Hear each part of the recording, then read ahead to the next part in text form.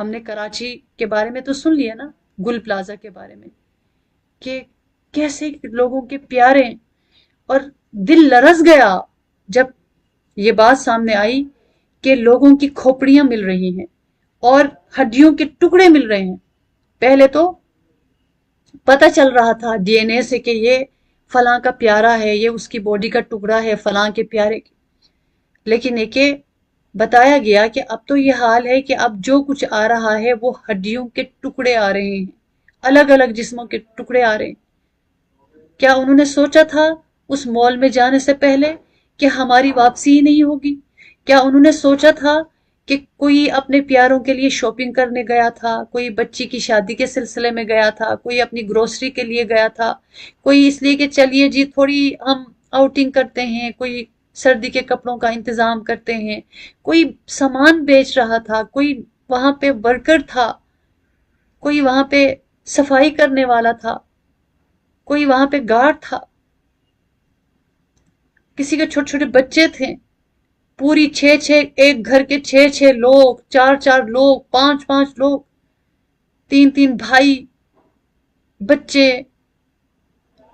تو جب ایسے حادثات آتے ہیں، ایک کا نقصان نہیں ہوتا، کئی گھرانوں کا نقصان ہوتا ہے۔ اتنی بڑی آزمائش اللہ کا امر ہے، اللہ کا فیصلہ ہے، لیکن اس میں دیکھنا یہ پڑے گا کہ یہاں پہ انسانوں کا بھی کوئی قصور ہے کہ نہیں ہے۔ صرف دنیا طلبی میں کیا ایسے پلازے نہیں بن رہے ہیں جن میں کوئی حفاظت کا سامان ہی نہیں ہے؟ جیسے یہ سننے میں آ رہا تھا کہ صرف 2 دروازے کھلے ہوئے تھے اور اس کے 25-26 دروازے تھے، لیکن دروازے صرف 2 کھلے ہوئے تھے، اور وہ لوگ جو ہے سفوکیشن کی وجہ سے ہی مر گئے۔ کتنے وہ شہید ہو گئے، ان کی موت شہادت کی موت ہے۔ اللہ ان کے گھر والوں کے دلوں کو، اللہ پاک اپنے رحمت کی ٹھنڈک رکھ دے، ان کو صبر جمیل عطا فرمائے۔ ان کے غم کا مداوع ہم تو نہیں کر سکتے، لیکن اللہ تو کر سکتے ہیں نا۔ اللہ پاک ان کو صبر جمیل عطا فرمائے، ان کے دل تڑپ رہے ہیں، رو رہے ہیں۔ کتنا بڑا نقصان ہوا، ایک پلازے کے اندر اتنے سارے لوگ ایک ہی دن میں، مختلف گھروں میں، مختلف سالوں میں جن کی پیدائش ہوئی تھی، لیکن ایک ہی دن ان سب کی موت لکھی ہوئی تھی۔ ایک ہی دن، کتنی بڑی ہمارے لیے عبرت کی بات ہے، ایک ہی دن۔ کیا ہم سوچتے ہیں؟